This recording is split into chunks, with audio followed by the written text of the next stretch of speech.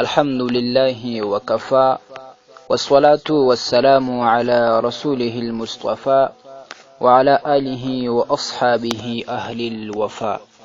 قدرمندو معزز ورونو یو ورور پوښتنه کړې ده چې که یو څوک یو لوڅو فاحش فلم ته ګوري او د هغه وروسته تقریبا 4 یا 5 دقیقې بعد د څخه یو قسم مواد یا د بولو په شانتې لږ غلیظې اوبه راوځي، نو آیا پر دغه نفر باندې غسل شته او که نه؟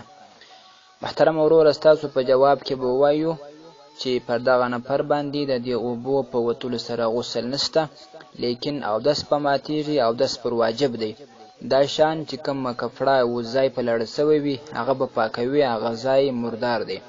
خو د هر مسلمان لپاره پکار ده چې هغه د خپلو سترګو حفاظت وکوي او د دې فاحشو فلمونو او فاحشو شیانو څخه ځان وساتي، ځکه د مسلمان دپاره د دې کتل سخته ګناه لري او انسان مفضي کوي وزنا ته. نو د دې څخه مسلمان باید ځان وساتي. دا د کفارو شان دی، د کفارو جوړ کړي شان دی چې مسلمان په دې کې اخته کي او د هغه څخه خپل نیک اعمال پاتې کي او په دې ګناهونو کې واچوي.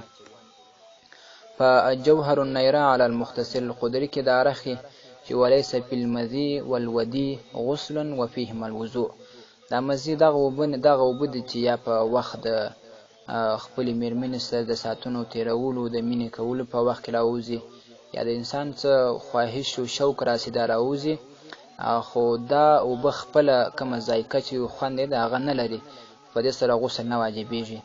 او کوم چې ودي دي هغه اوبه دي کله کله د انسانانو څخه دا چې بول وکړي د هغه وروسته راوځي، لږ یې رنګ مثال ژړ غوندې کوي او لږ غلیظ و خنډه وي، نو په دې سره غسل نه واجبېږي. جوهر النیره جلد اول صفحه 12 او دا شان په بعضې چاپونو کې جلد اول صفحه 3. والسلام علیکم ورحمة الله وبرکاته. لطفاً د معارف الاسلام د یوټیوب چینل په دې ډول سبسکرایب کړئ.